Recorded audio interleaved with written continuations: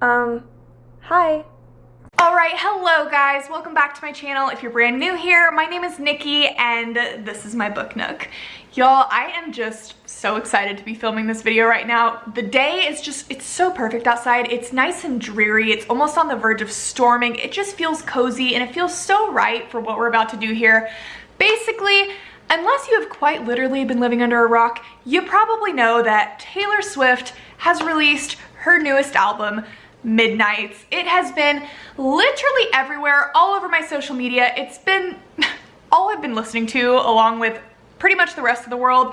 And of course, like, it did not disappoint. There are so many bangers on this album. Like, I cannot get these songs out of my head. And obviously, being the person that I am, as I've been listening to it, as I went on a 4-hour road trip recently and was just listening to it the entire time, I couldn't not listen to the songs and relate them back to books that I've read. Like, it's who I am, it's what I do. And I am here today in front of you guys with a list of books, a book for every single song on this album, and I am so freaking excited to talk to you guys about it. I'm gonna go through the books, I'm gonna give a brief synopsis of each one in order, going down the album list, and then I'm gonna go through lyrics on each of the songs that match with the books. Some of these, it's like every damn lyric in the song is just perfect for the book. Like, it literally feels like it was written for the book. Others, it's just a few. Others, it's just like general vibes, but all of them I feel like work so well.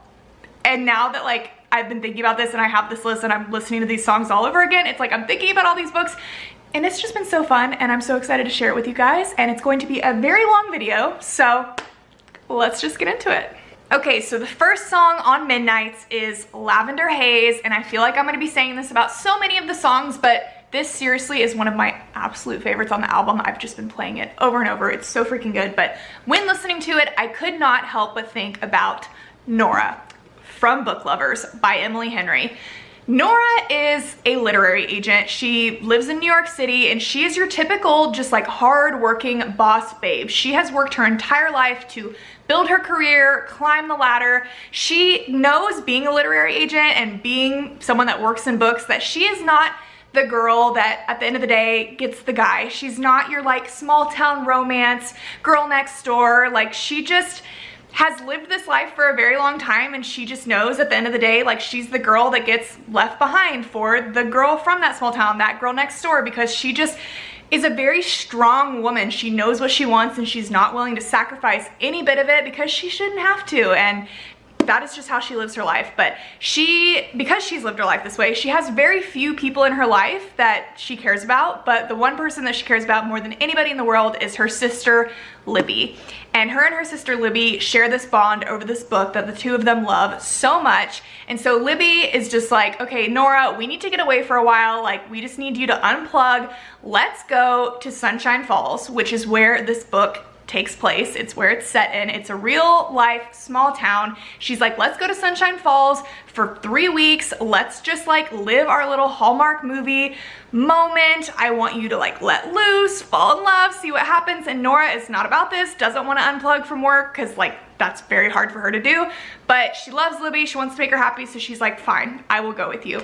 And shortly upon arriving at Sunshine Falls, Nora runs right into this man that she has a bit of a history with named Charlie Lastra. And Charlie also works in the book industry. Nora and him have crossed paths before, and they did not get off to a great start when they crossed paths, but now here they are stuck in the same small town together and they can't seem to stop running into each other. And the reason Lavender Haze reminds me so much of this book is because, like I said, Nora is this very strong-willed character. You know, she's like in her early 30s. She has no desire to really settle down in the way that a lot of women want to, like stereotypically. You know, she doesn't dream of having children at all. She loves her sister, she loves her nieces and nephews, but she doesn't want any children of her own. Like, she wants to focus on her own career. Like, if a man came along and it worked, it would be great, but like, she just doesn't care for that traditional like white picket fence lifestyle. Like, she is a boss babe that lives in New York. Like, that is who she is. And so Lavender Haze reminds me of her so much because, you know, it says, I've been under scrutiny, you handle it beautifully, all this shit is new to me. That right there is just so perfectly Nora, because it's like, she is not your typical woman, like I've said, and a lot of people have a hard time relating to her. A lot of people in her life, her sister Libby is the polar opposite of her. Like, she is under a lot of scrutiny because she, you know, is very like tough and strict in her job. Like, a lot of times she's looked at as she's like a bitch, and she, you know, gets scrutinized a lot, and in relationships, in work, all over the place, and just in her life with her sister, with her family, with her friends she doesn't really have because they don't understand her. Like, she's constantly being scrutinized. But Charlie is kind of the first person that goes toe to toe with her and can handle her, and, you know, doesn't think there's anything wrong with her. And so when it goes on to say, like, I feel a lavender haze creeping up on me, so real, I'm damned if I do, give a damn what people say, no deal, this 1950s shit they want from me, I just want to stay in that lavender haze.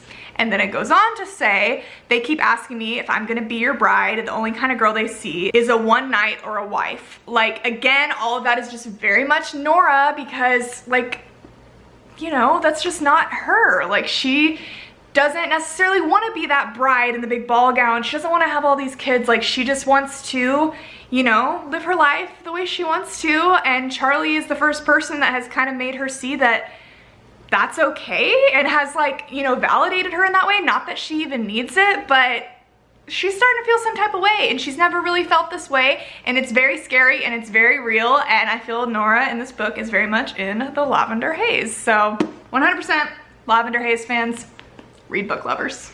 Okay, so the next song on Midnights, and another one that is so good, is Maroon. And once it clicked in my head what book fit with this song, like, I just can't unhear it now. It is so perfect. It is The Roughest Draft by Emily Wibberley and Austin Sigmund Broca. This book is still so criminally underrated. Like, I'm trying to get everybody in my life to read it because it's just so good and it's not talked about enough. But basically, this story follows this girl named Katrina and this guy named Nathan. And Katrina and Nathan were this super iconic, legendary writing duo. They wrote books together. They had a couple of books that were just absolute bestsellers. They were unstoppable. Everybody loved their books. Like, they were just magic together. They were always just friends, but they just had such good writing chemistry. They wrote the most amazing books. But now we know, present day, that Katrina and Nathan had some sort of falling out, and they have not spoken to each other in years. Since their last book was finished, they have not talked. And it's very clear they never really had any intentions of talking again, but the problem is they have one book left on their publishing contract. So now they have to get back together to team up and write their final book, and to do that, they go back to the same house in this small beachside town that they wrote their first big best-selling novel in. So lots of tension, lots of angst. In this story, we see present day them, you know, coming back together. You can see how they aren't too fond of each other, how there's obviously like a lot of underlying things here, but we also are flashing back to the past. We're seeing them write their first book together, seeing their friendship form, their, you know, work relationship form, them write this book together, everything that goes into that. And so slowly you're like putting the puzzle pieces together of what happened. And it's just so freaking good. But the reason it reminds me so much of Maroon is because right off the bat, from the beginning, in the first sort of verse, it says, we lost track of time, laughing with my feet in your lap like you were my closest friend. Katrina and Nathan, like, as you get to know them, they were the absolute closest of friends. Like, they started out as friends. It was always like that. And just like as they worked together more, they grew closer. Like, they just had the best time writing these books together. And when it goes on to say, and I chose you, the one I was dancing with in New York, I know this line, it's just like whatever, but in this book, they met at a writing retreat in New York. So like that alone, like they met at this writing retreat and they heard each other's like work and they're just like, I want to work with you. And that alone, like being in the song, just like makes it so perfect. And then going on to say, the rust that grew between telephones, the lips I used to call home, so scarlet it was maroon. Obviously they lost connection. They've stopped talking. The rust that grew between telephones, like they lost touch. They gave up, they grew apart, they've stopped talking to each other. Both of them were probably waiting for a call from one another. And then just continuing to go on, I'm literally just reading the whole song at this point, but when the silence came, we were shaking, blind and hazy. How the hell did we lose sight of us again? Sobbing with your head in your hands, ain't that the way shit always ends? You were standing hollow-eyed in the hallway. That alone already, like, it's it's so random, but the way that they are like in this house together writing these books, the close proximity of it, there's a lot of things that happen in hallways and rooms, and it just like screams Katrina and Nathan. And then obviously it goes on to say, you know, I lost you and I wake up with your memory over me. That's a real fucking legacy. Like, that's a real fucking legacy to leave, because they were a legacy. They were iconic. They were this amazing duo, and they walked away from each other, and now here they are again reuniting, and a lot's gonna come with that, but it's so perfect. It fits that song so well, and it just like makes my heart explode. I just love this book. Okay, so the next song on the album is Antihero, and right away when I listened to this for the first time, I could not help but think about Addicted to You by Krista and Becca Ritchie, because this song just reminded me so much of Lily in this story and her internal monologue, like so much. Basically, if you don't know, this story follows a girl named Lily and a guy named Lo, and they are basically socialites. Their parents are super rich and kind of like famous in a way, and the two of them have grown up together. They were the best of friends growing up, but each of them struggle with an addiction. Lo is an alcoholic and Lily is actually addicted to sex. And because they are so close and because they know that they each struggle with this addiction, they basically made a pact, made a plan that they were going to pretend to be fake dating each other so that they could basically enable each other to continue their addictions. Like, they live together in this apartment, and Lily is able to be Lo's DD to the club. He goes and gets wasted. She goes and hooks up with a different guy every night. Like, it's like a super toxic, not great situation, but Lily and Lo at the end of the day have this soulmate connection. Like, they've been through so much shit. Like, their lives are just insane. Like, the things that they've been through, the trauma, like their issues, their addictions, like it's so awful. But at the end of the day, like, they're the two people that are closest to each other in the world. And Lily just goes through it. Like, her addiction especially, like, we've all heard of alcoholics. Like, we've all in a way kind of been around an alcoholic, I feel like, in our life. But sex addiction is like a really crazy thing, if like to wrap your head around if you haven't experienced it yourself. So just being inside of Lily's head and seeing what she goes through and how this addiction like affects her relationships and the people around her, like, it's so rough and you get so frustrated with her, but you also like want to root for her, you want to love her. So this song really just reminded me so much of her. And I again feel like I'm gonna read like every lyric to this song, but you know, it says, I have this thing where I get older but just never wiser. Midnights become my afternoon. When my depression works the graveyard shift, all of the people I've ghosted stand there in the room. I mean, she literally, her days, her nights, it all blurs together because she constantly is filling this need, filling this void. I mean, she's very depressed from this. It really affects her. And then all the people I've ghosted stand there in the room really just reminded me so much of her, because she has a very big family and they're very close, but she is so disconnected from them. She constantly ghosts them because she is so like fixated on this addiction, and she'll go days or even weeks without talking to her sisters, and it's a real problem in their life and in their relationship. I should not be left to my own devices. They come with prices and vices. I end up in crisis. Tale as old as time. I wake up screaming from dreaming. One day I'll watch as you're leaving because you got tired of my scheming for the last time. Can't believe I just said that all in one breath. But to me, this is like her and her relationship with Lo, and how, again, she has vices, it comes with prices, it leads to crisis. She's terrified that one day, like, he'll just walk away from her. Like, it puts a lot of strain on their relationship as friends, and, you know, more. It's just, it's a lot. And then obviously goes into, hi, it's me, I'm the problem, it's me. Everybody agrees at tea time, all of that. I mean, her family is a very like rich family, high in society. They do quite literally have like tea times, and Lily is very much the odd one out in her family. And you know, it's just sad. It's really sad what she goes through, and all of her journey throughout this book really just reminds me so much of this song. She is our little anti-hero. Okay, so the next song on the album is Snow on the Beach, and again, I just love this one so much, but it reminded me so much of a book that I read recently and also loved so much, and that is Today, Tonight, Tomorrow by Rachel Lynn Solomon. This story follows this girl named Rowan and this guy named Neil.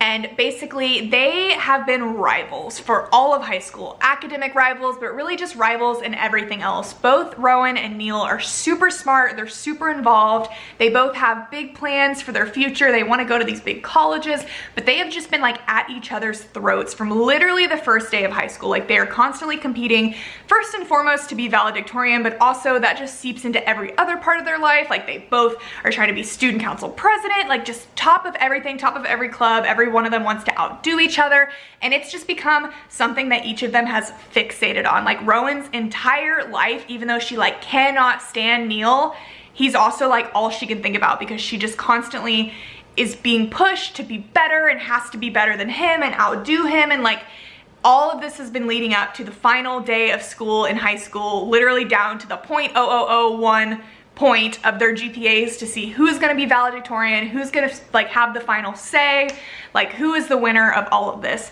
And so this entire book actually takes place over the course of one day. And so it is the final day of high school, and it is a tradition at their high school that all the seniors play this game that is basically a mixture of like capture the flag and a scavenger hunt and kind of like assassin. The book takes place in Seattle, so they basically have to go all over the city to like find these clues and like check off these items on a list, and whoever wins gets this big cash prize. But it's a big tradition at their school every year, and it's a very big deal if you win.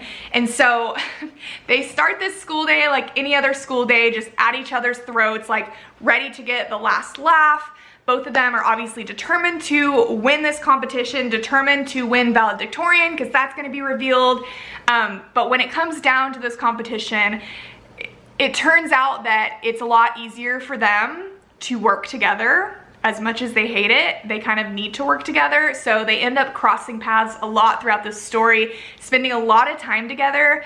And because they have already spent so much time together all throughout high school and have again been so fixated on just constantly outdoing each other, and they both just like genuinely like hated each other for so long, it starts to become clear that the lines between hate and maybe not so much hating are a little blurrier than you might think. And that Rowan and Neil really do have a lot more in common than you would think. And it's weird. It's weird to even give that a thought. Rowan doesn't know what's going through her head, because she's like, here's this boy that's stood in front of me the last 4 years that I've like literally wanted to wring his neck every time I see him. And now like, I don't know, he's not that unenjoyable to look at. Like, what's happening to me? Why do I feel this way? So it was so freaking cute. I literally love this book so much. It's very much like a YA, cutesy, academic rival, comfy kind of book. I just loved it. But it reminded me so much of Snow on the Beach for several reasons. Like several of the lyrics really just stuck out to me. When it says, life is emotionally abusive and time can't stop me quite like you did. Rowan has gone through it, going through high school. Like this book is from her perspective, so you see like how much she's been put through emotionally, physically going through high school, and how like, again, she's just so laser focused on him, and he just stops her in her tracks every single time she sees him. And now that this day is happening and that they're having to work together, they're getting closer. It very much is like Snow at the Beach. Weird, but it was beautiful. Tonight feels impossible, but it's coming down. No sound, it's all around. They get further and further into the night, further and further into this game. Things are starting to, you know, happen. It's starting to feel a little bit weird. I've never seen someone lit from within, blurring out my periphery. My smile is like I won a contest, and to hide that would be so dishonest. And it's fine to fake it till you make it, till you do, till it's true. This just reminded me so much of them, because again, everything with them is a contest. Everything with them is a competition. They're constantly trying to beat each other, constantly trying to outdo each other. And it is like their favorite thing in the world when one of them wins over the other, and they can't help but smile. And it's infuriating to the other, but it also like lights a fire within them because they have someone to compete against. Like it just fits them so well. And then later into the song really reminds me of later into this book. I can't speak, afraid to jinx it. I don't even dare to wish it, but your eyes are flying saucers from another planet. Now I'm all for you. Can this be a real thing? Can it? Again, this is just like, as this book goes on, as it develops, the things that happen, like starting to feel weird. Like, what are we doing here? Why do I feel this way? It just works. It's just so perfect, and I love it. Okay, so the next song is You're on Your Own, Kid, and I almost wasn't going to talk about this book because I've talked about it so much on my channel at this point. I was going to just skip it and try to talk about something else, but nothing fits it as good as this one does, and I would be doing a disservice to not share it with you guys. So you know what? Screw it. My recommendation for this song is Corrupt by Penelope Douglas. It's one of my favorite books. It's a part of my favorite series of all time. It's just so good for this song. But basically, this story follows this girl named Erica. She goes by Rika for short. And she has grown up in this very small, wealthy community, living next door to this family called the Christ family. And the Christ family has two sons, Trevor and Michael. And Trevor is Rika's same age. They basically grew up in the same crib together. They've always been the best of friends, and everyone has always felt like they were going to get married, like they were just made for each other. They were fated from birth basically to be together. And you know, Erica loves Trevor, she truly does, but she has always been enamored with his older brother, Michael. And Michael is the most popular guy in their high school. He was the most popular guy in their high school. He was the star of the basketball team, and she just was so fascinated by him. Like every time he ever came in a room, like she felt like she couldn't breathe. Like she just was obsessed with him. Just like couldn't get him off of her mind, even though like, you know, she loves Trevor. Michael is just like a whole nother story. And Michael never paid her a second of attention, literally acted like she didn't exist, and all she ever wanted was for him to notice her, basically, and it just seemed like it was never gonna happen. But basically, Michael is also a part of this group in high school, this group with these three other boys that are on the basketball team, and they call themselves the Four Horsemen.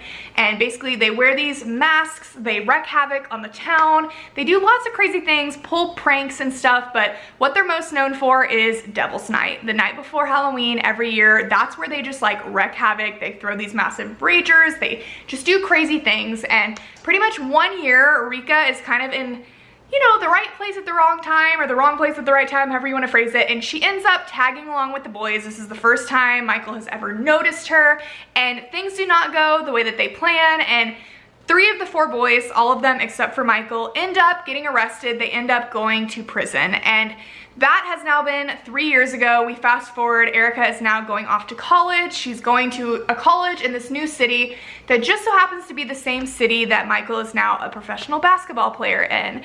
And she doesn't know it, but she's living in the same building as him, lo and behold. And along with that, it turns out the 3 boys are now out of prison, and they are ready to seek their revenge on anyone they think played a part in getting them there, Erica being their prime target. So a lot's going on in this story, but the reason it relates to this song so much, in my opinion, is because at the beginning, literally it's saying, summer went away, still the yearning stays, I play it cool, we're the best of them, I wait patiently, he's gonna notice me, it's okay, we're the best of friends. So literally, it's like Erica still, after all these years, cannot get Michael off her mind, even though he's graduated from college, he's moved on, like they've been apart for so long, there's always like a place for him in her heart, and obviously she's always just waited patiently, wanting him to notice her, and you know, it's fine. She tries to tell herself, it's fine, like I'm just friends with this family, Trevor's my best friend, like I'll ignore it, but deep down she knows like it's always gonna be Michael. And then going on to say, I hear it in your voice, you're smoking with your boys. That is totally like him and his friend group, like that just is so perfect. If you've read this book, like you know what I mean. And then I didn't choose this town, I dream of getting out, there's just one who could make me stay. Again, she eventually leaves this small town, she's going off to a new city, but it's like now here's Michael, like her same freaking boy from her small town that she's been crushing on her entire freaking life. Like he is the one that can make her go back to her town and make her stay. And then from sprinkler splashes to fireplace ashes, I waited ages to see you live. I searched the party of better bodies just to learn that you never cared. Again, like just growing up, they always were around each other. She was always in his periphery. She went to so many like family functions with him there, so many parties, and he just never paid her any attention, even though that's like all she wanted in the world. Like he just would never give her the time of day. And then whenever it says, this is the line that just sold it for me for fitting with this book, whenever it says, you're on your own, kid, you always have been, which is the title of the song. There is a line in this book that basically verbatim, like I just knew it. The second I heard that, it reminded me of that. Basically, at one point in the story, I won't give too much context, but Michael tells Rika, toughen up, you're not a victim, and I'm not your savior. Like, he tells her that at one point, and that for me is like when it clicks. Like, a lot happens in this story, but that is at one point in the story where it's just like, I'm never gonna be enough for you, am I? Like, you're just never gonna notice me, you're never gonna give me the time of day. But also at the end of the day, it's like, he's good for her and he's better for her in a way, because it's like, he's not just gonna give in to her, like, he's gonna make her work for it. He's gonna make her a better version of herself because he believes in her, and he believes that she can like be her own savior and she can like fight her own battles, where like Trevor was never like that, but Michael is like, toughen up, like, you're not a victim, I'm not your savior. Figure it out, like, you're on your own, kid, you always have been. Like, I heard that line and I immediately thought of this line. Like, it was just too perfect not to make the connection. But yeah, that's basically it. Like, overall as a song, I just feel like it fits so well, and this book is just so good, so I'm going to take any chance that I can to recommend it, obviously. Okay, the next song on the album, and my absolute favorite song on the album, is Midnight Rain. And honestly, there were several books that kind of came to mind, several TV shows, just so many situations that came to mind when I listened to this song, and I think that's why I love it so much. But the book that ultimately for me was just like, yes, this fits this so well, was Serenading Heartbreak by Ella Fields. This story follows this girl named Stevie, and it basically follows the two loves of her life. Basically, growing up, Stevie lived next door to this boy named Everett, and Everett very quickly after moving next door became best friends with Stevie's older brother. And you know, Stevie was younger than Everett, obviously, by a few years, but right away, she was just like taken with him. Like, she was just fascinated by him, just so, again, enamored. But he was older. He obviously always saw her as like just the little sister, but they did have this connection, this like chemistry right away. And growing up together, you know, he was always around. Him and his brother and several other boys from their school had a band together, and so he was always like at the house practicing. And then also Everett had a lot of issues at home, so very often he would end up sleeping over at their house. Like, he was just always around, always in Stevie's life, and she was just always like obsessed with him.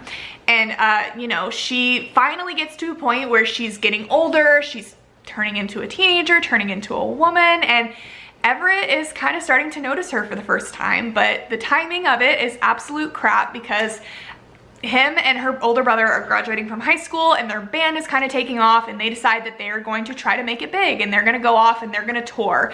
And so he leaves, and their sort of like relationship, love story is put on hold. And from there we flash forward a few years, and now Stevie is in college, and that is where she meets this other boy named Aiden. And Aiden is just polar opposite of Everett. Like, Everett is, you know, like Midnight Rain, he's crazy. Like, their relationship is like, you know, just very back and forth. She never knows what his next move is gonna be. She never knows what he's thinking. Like, he gets inside her head, he makes her crazy. Where Aiden is just like that golden boy, golden retriever, like would give her everything she wants in the world, would never make her sad, like never make her question everything, but like something about her always is going to think of Everett. And so obviously, like, these two sort of stories, these two paths are gonna cross at some point, and now we found ourselves with a lovely little love triangle moment. And you know, it's the craziest book. Like, you never know who she's gonna pick. Like, you always think one thing's gonna happen and then something else happens. Honestly, it's an emotional roller coaster. It was painful. I cried at points, I laughed at points. Like, it was just, I was so hooked from the very beginning. But the reason it relates to the song, let's just go through the lyrics. He wanted it comfortable, I wanted that pain. He wanted a bride, I was making my own name, chasing that fame. He stayed the same, all of me changed like midnight rain. So obviously Aiden is, you know, the boy that just wants a bride. He just wants Stevie to be happy. He wants to give her everything. He wants to settle down with her. Like, that would make him happy, but she, you know, just can't help chasing after Everett. My boy was a montage, a slow motion love potion, jumping off things in the ocean. I broke his heart because he was nice. Again, this is Aiden. Like, he's an amazing guy. Like, you literally read him and you're like, he is the perfect guy. But it's like, you still have Everett over here, like, in the back of her mind always, and it's like, she can't stop thinking about it. Like, he was sunshine, but I was midnight rain. Everett was midnight rain, she was midnight rain. He wanted it comfortable, I wanted that pain. He wanted a bride, I was making my own name, chasing that fame. It came like a postcard, picture perfect, shiny family, holiday, peppermint candy, but for him it's every day. Same thing, like Aiden's life, his family's life. It's just such a pretty picture, such a little like bow on top of it, wherever it's a complete mess. His life is a mess, like his family life, just everything about him is just like you don't know what's gonna happen. It's not comfortable, it's not even fun most of the time, but it's like she can't stay away from him, and like at the end of the day she's always going to be thinking about him. So it's like making that decision of, do I want comfort, do I want stability, do I want this, or do I want that? This song reminds me so much of The Way I Loved You.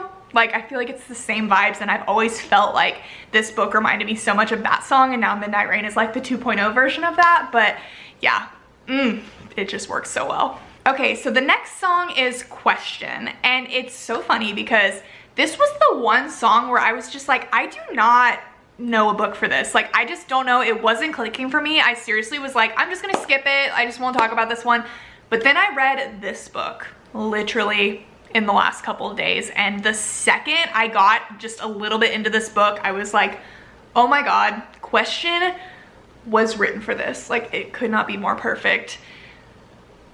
It's Magnolia Parks by Jessa Hastings. I still need to do a whole dedicated video on this book because like I will never be the same. I am so beyond obsessed. But basically this story follows this girl named Magnolia Parks, and she is a part of this socialite circle in London. Her dad is a super famous music producer. All of her friends are very rich. It's very much Gossip Girl-esque. Like, they are in the media, people know of them, like there's gossip surrounding them. Everybody is just like aware of who she is. And this story really follows her and this boy named BJ.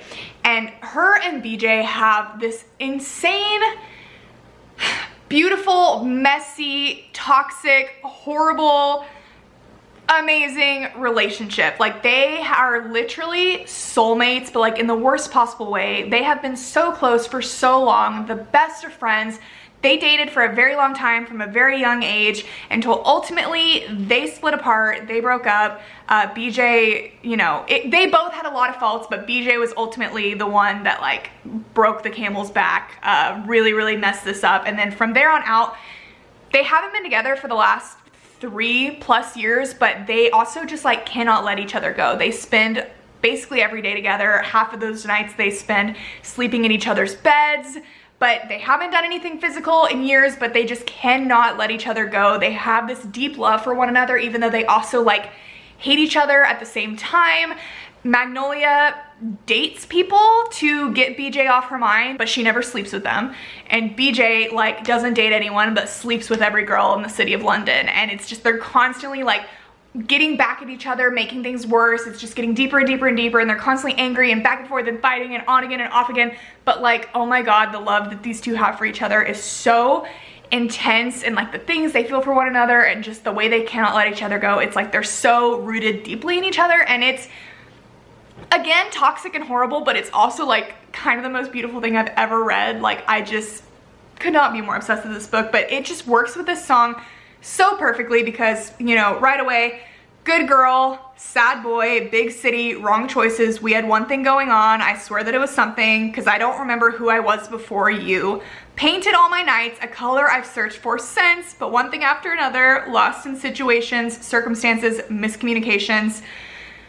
All of that is so them. Like, they literally do not know who they are without each other. Their entire relationship is just miscommunications, them messing up, circumstances, right person, wrong time, just nothing ever goes right for them. And like, even the part where it's like, you painted all my nights, like a color that I've searched for since, like even down to that, like when BJ talks about Magnolia, it's like colors she wears, like the colors of her eyes, like it's just, everything about this is so poetic, and just, they've always searched for that feeling that they get with each other, but they've obviously never been able to find it. Like, everybody is compared to them. And then when it says, can I ask you a question? Did you ever kiss someone in a crowded room and every single one of your friends was making fun of you, but 15 seconds later they were clapping too?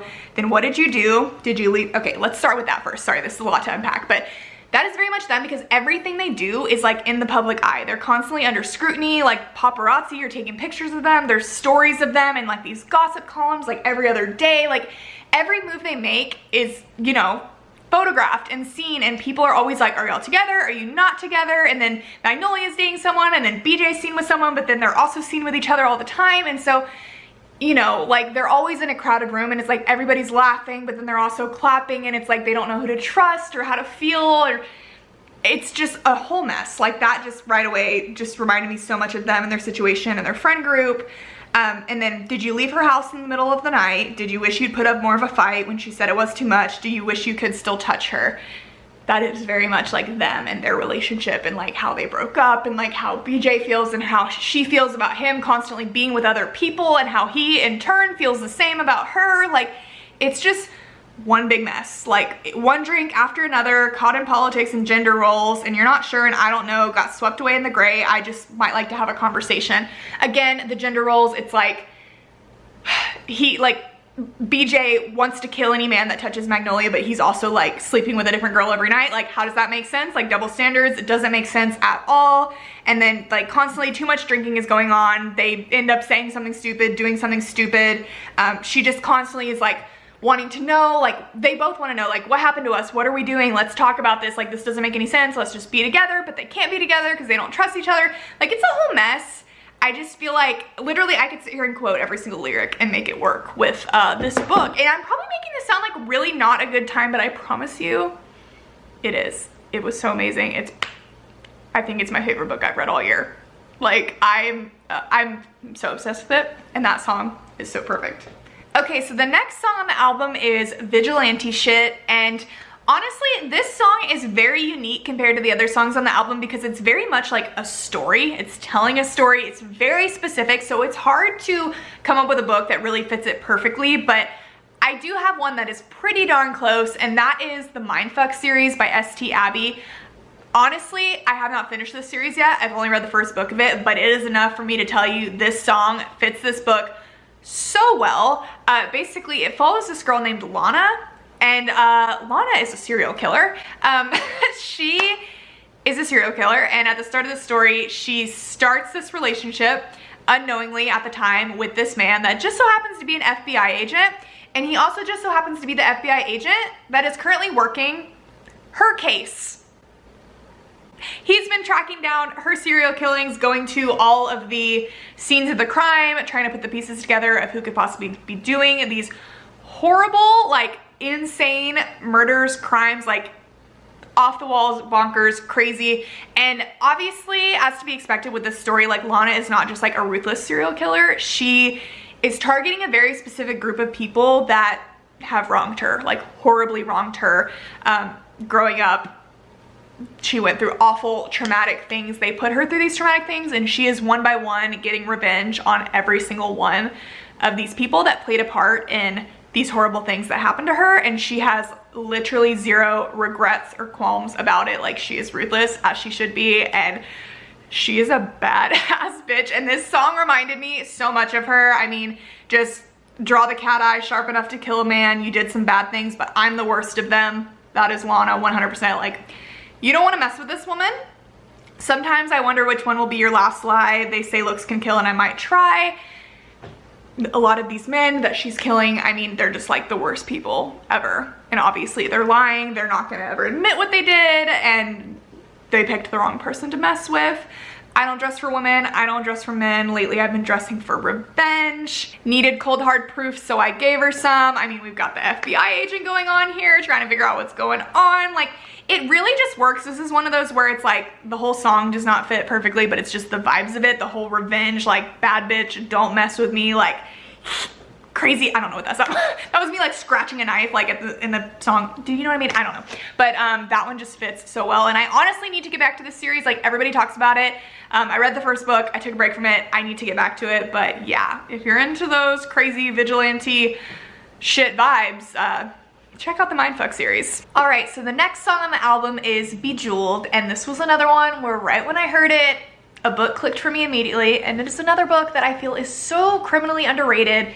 It is The Layover by Lacey Walden. This story follows this girl named Ava, and Ava works as a flight attendant, but it really just matches how her whole life has been, because she has just never been a person that has really settled down. Like, she is constantly traveling, she's constantly needing to go and explore and see new places. It's just really who she is. Like, she's never really had a place that she can call home.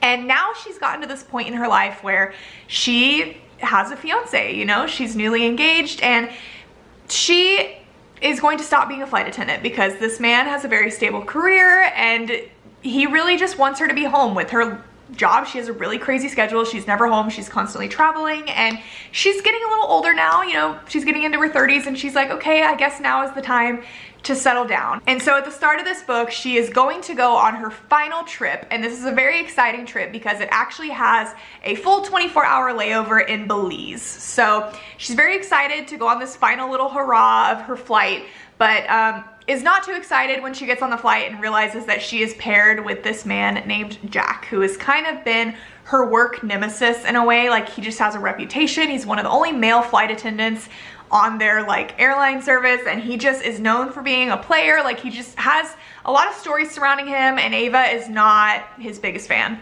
But as to be expected, spending time on this flight, actually getting to know Jack for the first time, being around him, you know, she discovers they have a little bit more in common than she thinks. And even though she judged him at first, the longer they spend together, the more he gets under her skin, the more he gets into her head, into her heart, into other aspects of her life. Like, it just makes her sort of like rethink things, and really, like, even though this does feel like a bittersweet moment, and she's like, okay, this is my final trip, I've accepted it.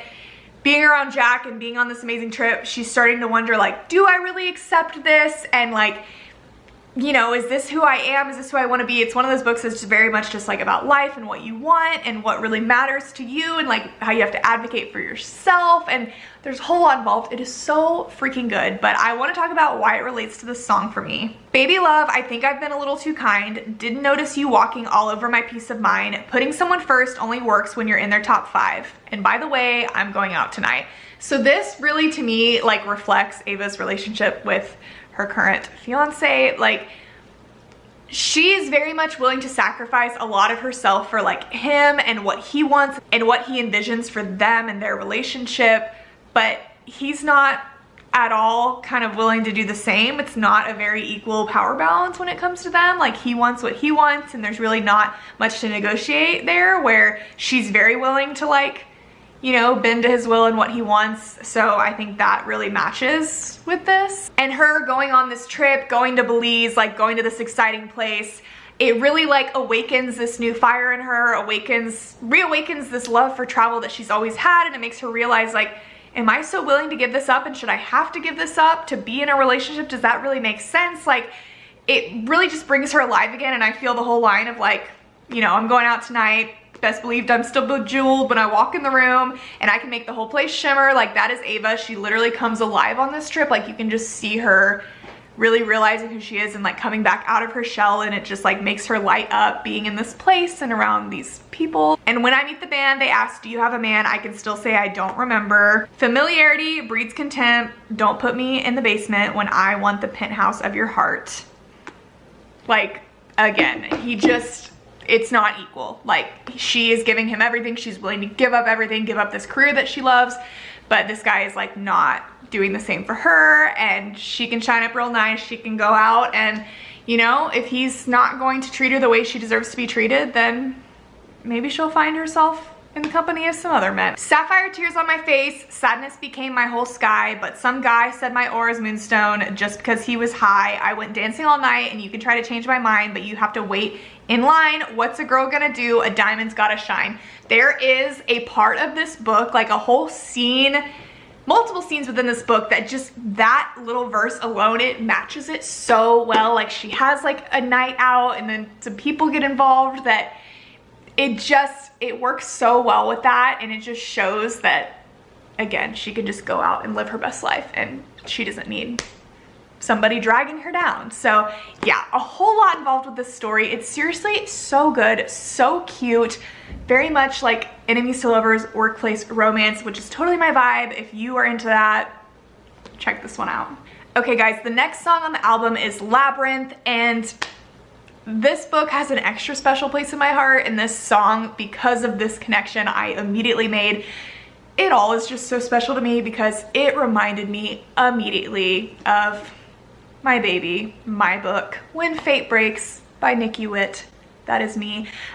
This song, Labyrinth, it's like Taylor Swift went into this book and went into Annie, the main character's head, just like cracked it open, and like everything within her brain, like that is this song.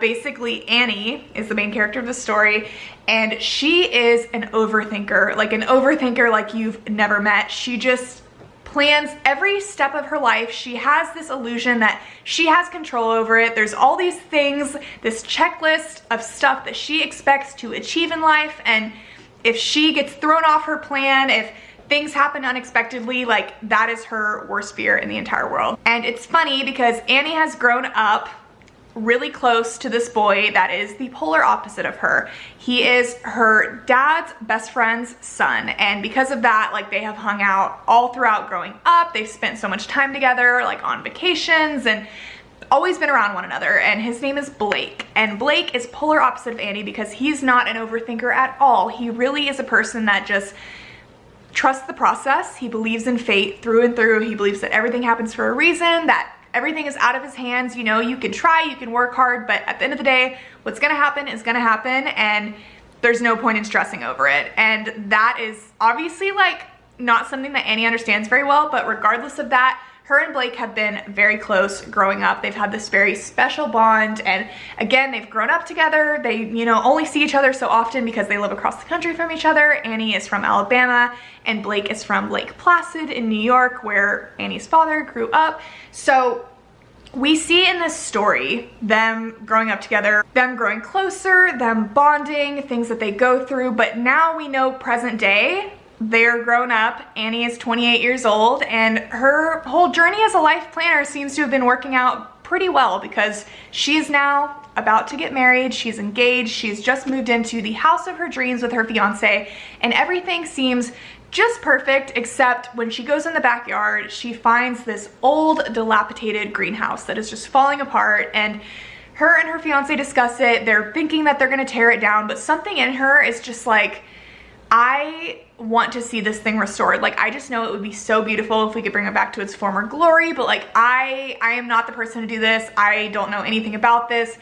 And that's when it clicks in her head that the only person she can think of that could possibly fix this greenhouse is the person she hasn't talked to in 6 years and the absolute last person she wants to call, and that is Blake. Blake has had a love of plants his entire life. Literally ever since they were little kids, he's been obsessed with plants, and he has gone on to work in landscape construction. At least that's the last thing she's known that he's been doing. So against everything in her brain and her heart, she decides to call him up and see if he's willing to come and fix this greenhouse, and he agrees, obviously, hence the book. And Blake travels from Lake Placid to Alabama to stay in Annie's house and fix up this greenhouse for her and her fiance. And throughout this story, it flashes between present day of Blake being here, him and Annie reuniting. You can see there's a lot of tension between them. There's a lot left being unsaid. There's things that they've each gone through together, but also separately, things that they're keeping from each other.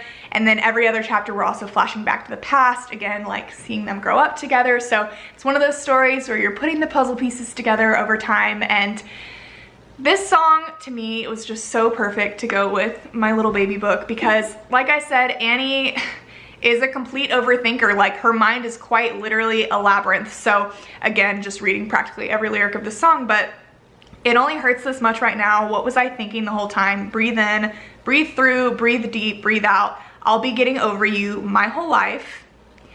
You know how I'm scared of elevators. Never trust if it rises fast, it can't last. Okay, that's a lot to unpack, but first of all, it only hurts so much right now. What was I thinking the whole time? Again, Blake and Annie have a whole lot of history. They've been through a whole lot together. Breathe in, breathe out. That's constantly her like overthinking, having to think things through. I'll be getting over you my whole life. Her and Blake have, again, a lot of history. They've been through a lot together. Many thought that they would end up together, but obviously that doesn't seem to be the case. That's not what's happening. Like, they're grown adults. Annie's engaged. Like, it's always kind of been a right person, wrong time. You know how scared I am of elevators. Never trust if it rises fast, it can't last.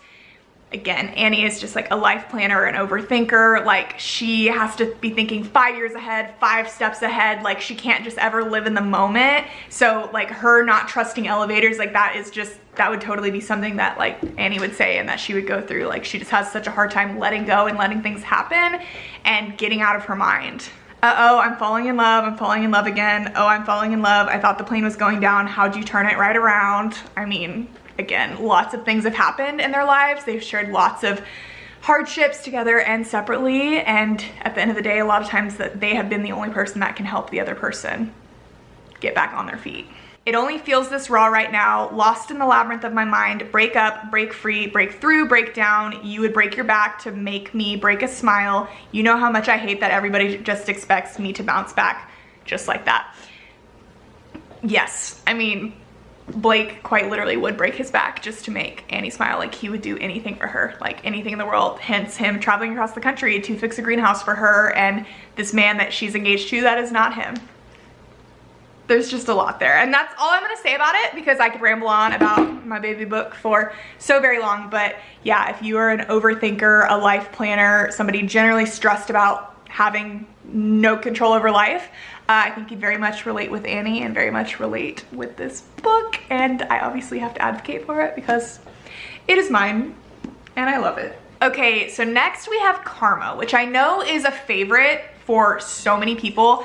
And this book, it doesn't match the entirety of Karma, like the exact vibe of it, but several of the lyrics within the song were just so perfect and so exact to this book that I'm like, I can't not talk about this book when talking about this song. And it is To Love Jason Thorne by Ella Mays. So this story follows this girl named Olive, and Olive grew up in a household with an older brother, and similar to several of the books we've talked about today, I realize we have a lot of brothers best friends moments here, but you know, we're just rolling with it. There was a boy that lived next door that became very close friends with Olive's older brother, and his name was Jason Thorne. And Olive, literally the first time she saw him, was enamored, head over heels in love with him, like declared on the spot at 5 years old that like she was going to marry him. Like, that's how much she loved him. And again, growing up, Jason lived really close by, so he was constantly over at their house, constantly hanging out with Olive's older brother. And even as she grew older, like, her crush for Jason never dwindled. Like, he was always the one for her, the one in her mind. And all of that, you know, continued up until about the age of 14, where Olive finally felt like she was starting to become more of a woman. She was becoming a teenager, and she started to think, maybe I have a chance with Jason. Like, Jason, he always was very kind to Olive. He was very sweet to her, much sweeter than her brother ever was to her. So I think in the back of her mind, she always was like, okay, maybe there's a chance. Like, maybe there's a chance that if I get old enough, like, he'll be into me. Like, we're gonna obviously get married. Like, it's meant to be. But that doesn't happen, because Jason absolutely breaks her heart at the age of 14 when she essentially overhears him in a way, just saying that he would never see Olive that way, that he just sees her as a kid, like she's just, you know, his friend's kid sister. Like, he's not into her in that way. And this absolutely shatters Olive, as to be expected. This boy that she's like loved her entire life proclaims that he will never be attracted to her, essentially. And then right after this happens, Jason has something pretty traumatic happen in his life, and he actually has to move across the country to go live with a different relative. And so, you know, Olive and his relationship really just kind of like falls apart and never has a chance to like mend itself, because he leaves and she doesn't see him for a very long time. So now we fast forward to present day. Olive is a senior in college, and she has just recently published a book that has really taken the world by storm. And the book might just happen to be very much inspired by real life events. Those events including a girl that is in love with her brother's best friend, except her being the writer of this story, she gets to write her own happy ending. And this book is very popular right off the bat, and right away, movie producers reach out and they want to turn it into a movie.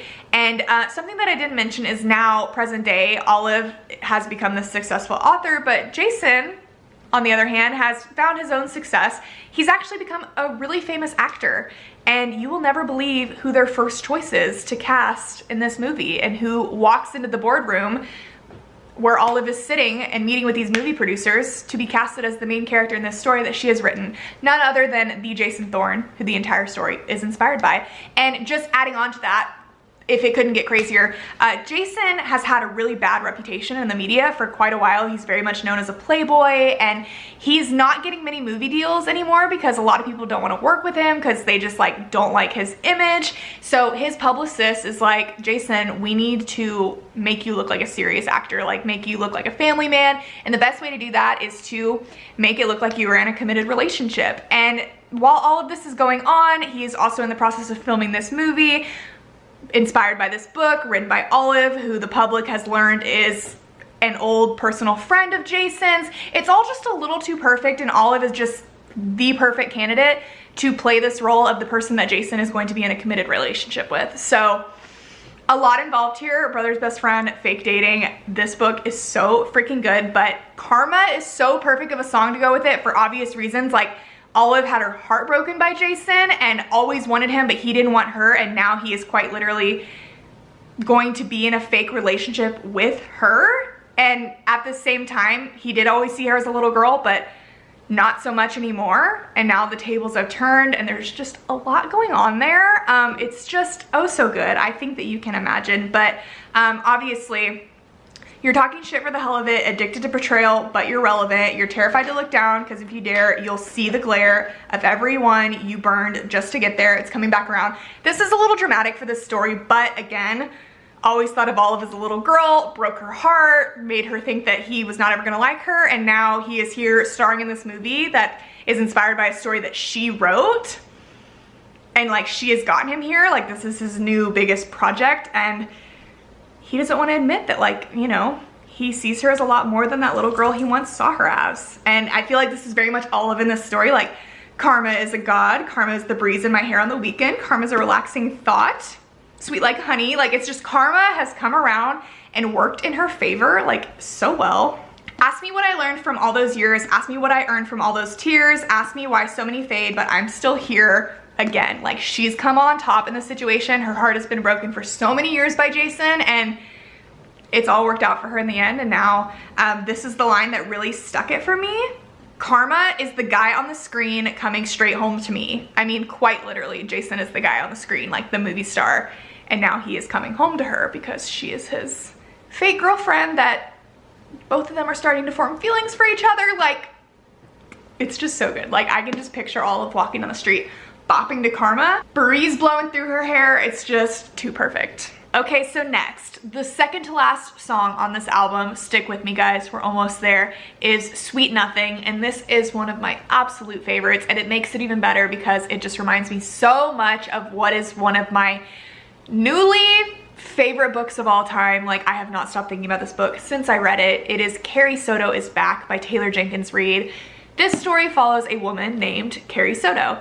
And she, in this story, is the greatest tennis player of all time. And she has held that record for quite a while now. She's actually been retired for about 5 years, but there's this new up-and-coming tennis player named Nikki Chan, and she, at the start of this story, has just currently tied Carrie Soto's record for the most Grand Slams.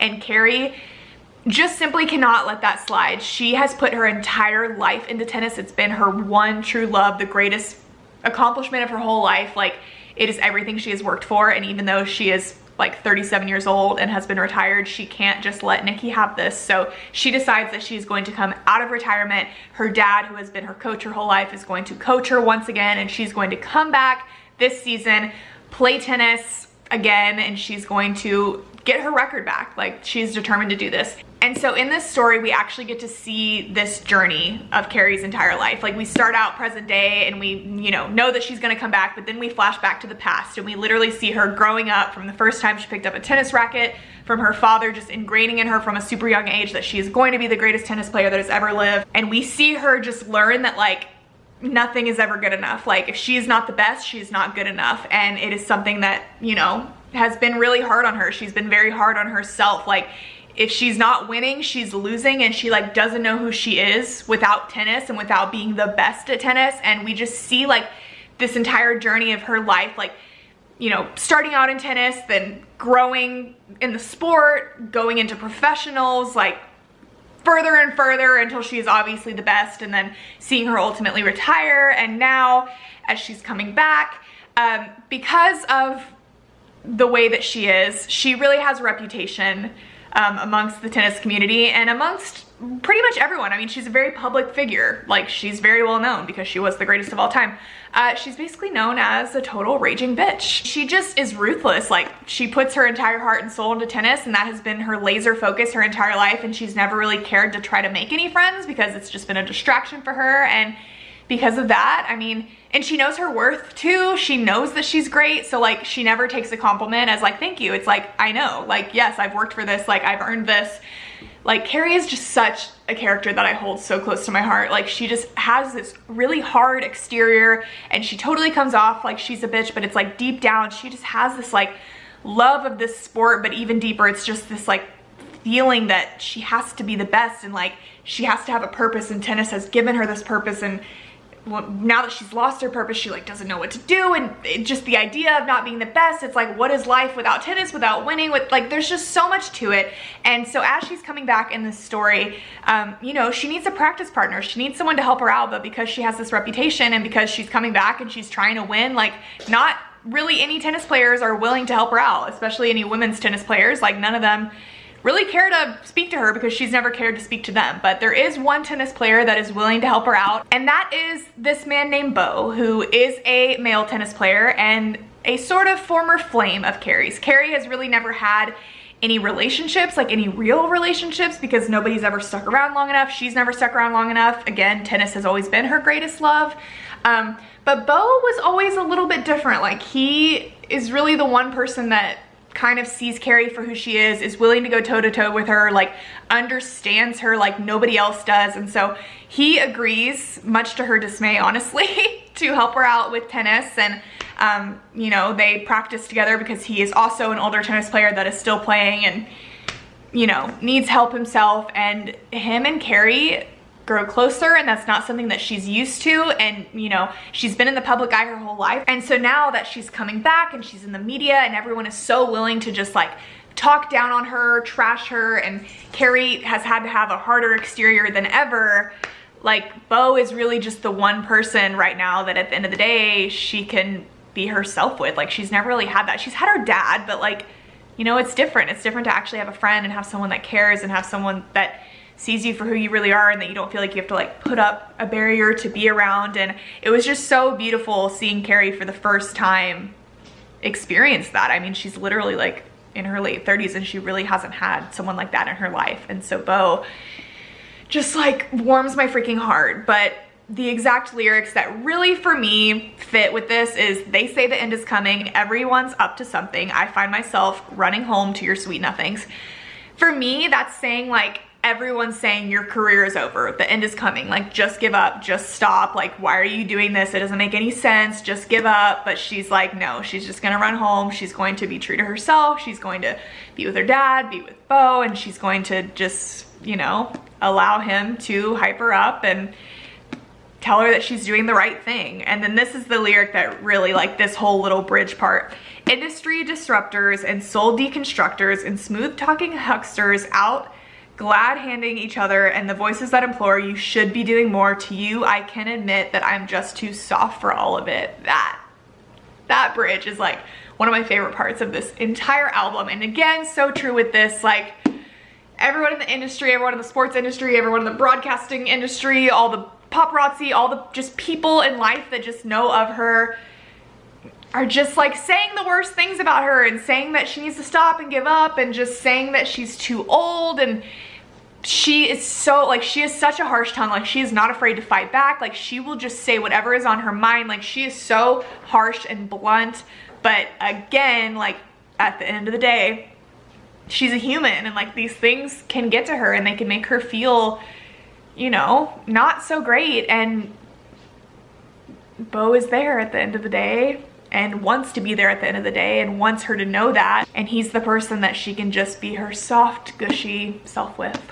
Okay, so last but certainly not least, we have Mastermind. And this one, even though it's not exactly the same, like, I could not help but think of this book and think of this series whenever I heard it, because so much of it, it just reminded me of it and it made me like nostalgic for it. It made me want to stop and read it all over again. It is The Inheritance Games by Jennifer Lynn Barnes. And when I read you the lyrics, especially if you've read this book already, like you will totally understand what I mean. But this story follows this girl named Avery. And at the start of this story, she learns that for whatever reason, she has been left in the will of this billionaire in Texas that she has never met. This man has passed away and he has left the vast majority of her billion-dollar fortune to her. And she shows up at this mansion where this man lived and where most of his family still lives for this will to be read. And obviously when his family finds out that he's left a majority of his fortune to this girl that none of them know, none of them understand the connection, why he would do this, Avery herself doesn't understand, they're not too happy. But Avery's been left this money, and a stipulation of her being left this money is that she has to actually stay and live in this mansion for the next year. And once she does that, the money is hers. So this man that left the money to her, his name is Tobias Hawthorne, and he actually has 4 grandsons. And it becomes clear right away, Avery gets pretty close and cozy with those grandsons for multiple reasons. I mean, generally they're pissed, they're confused, they don't understand who this girl is, but also, I mean, they're about the same age. They're all very attractive people. Tensions are high. Lots of emotions are high. They're all being forced to stay in the same house. Like, there's just a lot going on, but it's very early on revealed to Avery that Tobias Hawthorne, this man that left behind this money to her, he has always been a bit of a mastermind. Like, he was always very obsessed with puzzles and games, and from the youngest age he would challenge his grandsons to like these riddles and these puzzles, and he would make them solve them with like logic. And he was very into chess. Like, chess is a very big part of this story. And so this whole book, like, Avery is trying to figure out like why Tobias Hawthorne left this money to her, what her connection is to this family, to all of these boys. He's left behind some clues for them. Like, it is this whole like mystery adventure. It's very much like Knives Out vibes. And then there's also definitely a little romance involved with this, a little bit of a love triangle. Like, it just totally gripped me and sucked me in, and like it's just nothing like anything that I've read before. But some of the lyrics of this song that just immediately reminded me of this book is, once upon a time, the planets and the fates and the stars aligned, you and I ended up in the same room at the same time. I don't want to like spoil things, but this very much pertains to the story and just makes a whole lot of sense. And then just again, like all the chess references, like, to assess the equation of you, checkmate, I couldn't lose. Like, it just fits with this story. What if I told you none of this was accidental, and the first night that you saw me, nothing was gonna stop me? I laid the groundwork, and then just like clockwork, the dominoes cascaded in a line. To me, this is like from Tobias Hawthorne's perspective. Like, he is the mastermind in all of this, and like this entire story, like just the equation, the strategy, the puzzle, it just all works. Like, what if I told you I'm a mastermind and now you're mine? It was all by design because I'm a mastermind. And this to me literally sounds like something Tobias Hawthorne would have told these children. If you fail to plan, you plan to fail. Strategy sets the scene for the tale. Like, he left behind all of these little sayings and riddles. Like, he would always say stuff like that. Like, just everything about this song reminds me so much of this book and like the vibe of the story and this series. You see, all the wisest women had to do it this way because we were born to be the pawn in every lover's game. Like, it's just, it's Avery, it's Tobias Hawthorne, it is Grayson and Jameson Hawthorne, the Hawthorne boys. Like, it just all makes me think of this book and this series so much, and it's something totally different from every other book we've talked about today. So if you're interested in that, you can check it out. But yeah, guys, 13 songs, 13 books, we freaking did it. This is the longest I have filmed a video in so long. It is quite literally pitch black outside, so I'm sorry for the drastic change in the lighting over the last 2.5 hours I've been filming this, give or take. But yeah, guys, I hope you enjoyed this video. If you have any book recommendations for songs on midnights, like, there's so many ways you can interpret these songs and interpret these books. Like, there's a million answers to these questions, and I would love to hear your thoughts down below on the ones I picked, your ideas, all the things. Tell me your favorite Taylor Swift song. Mine is Back to December. What? It's so late. I'm so delirious. It's a Friday night. We're having a great time. Thank you guys so much for spending this evening with me. I love you so much, and I will talk to you very soon. Bye.